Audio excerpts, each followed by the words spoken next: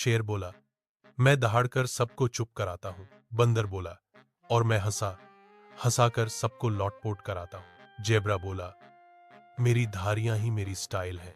Kangaroo बोला, मैं तो उछल उछल कर एंट्री मारता हूँ। पेंगुइन बोला, मेरी चाल पर सब हंसते हैं।